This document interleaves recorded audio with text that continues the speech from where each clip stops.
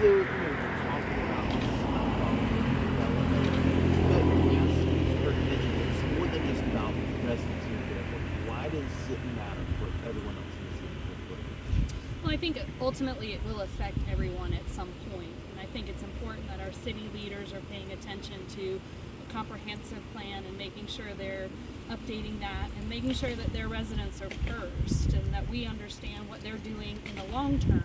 I live in Windy Hill, which is a little different from Barefoot, but I feel like I'm as involved in this because of what it could affect us in the long run. So I think it's really important that even though I don't live in Barefoot, I really feel like these are problems that are going to continue if we don't start having those conversations now and asking our city leaders to stand up for the residents.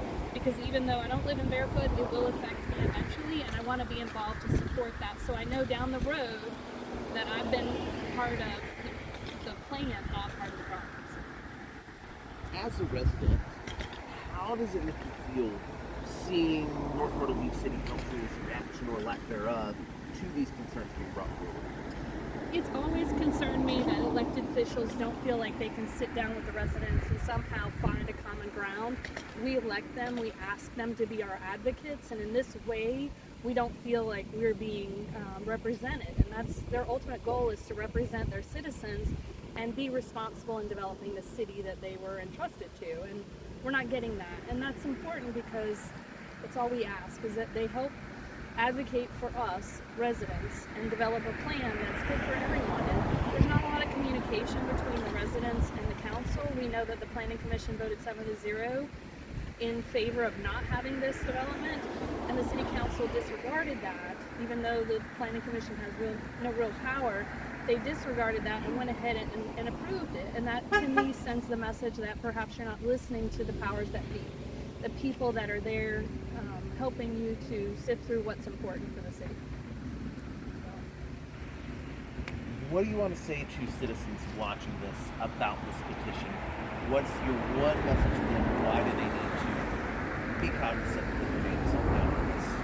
If overdevelopment, increased development, water, flooding, any of those issues have ever concerned you, this is a time to get involved. Let's not wait till it hits your door.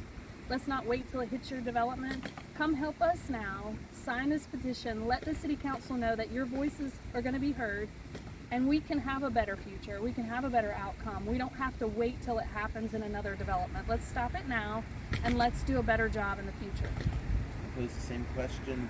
What's your message to City Council? What do you want them to know? You have all the resources. You have all these great people that work at the city that can consult you. You have citizens that need that information. Sit down with the citizens, share the information, help them understand where you're going and why you're going there. There is no communication. There's no two-way communication. It seems one way.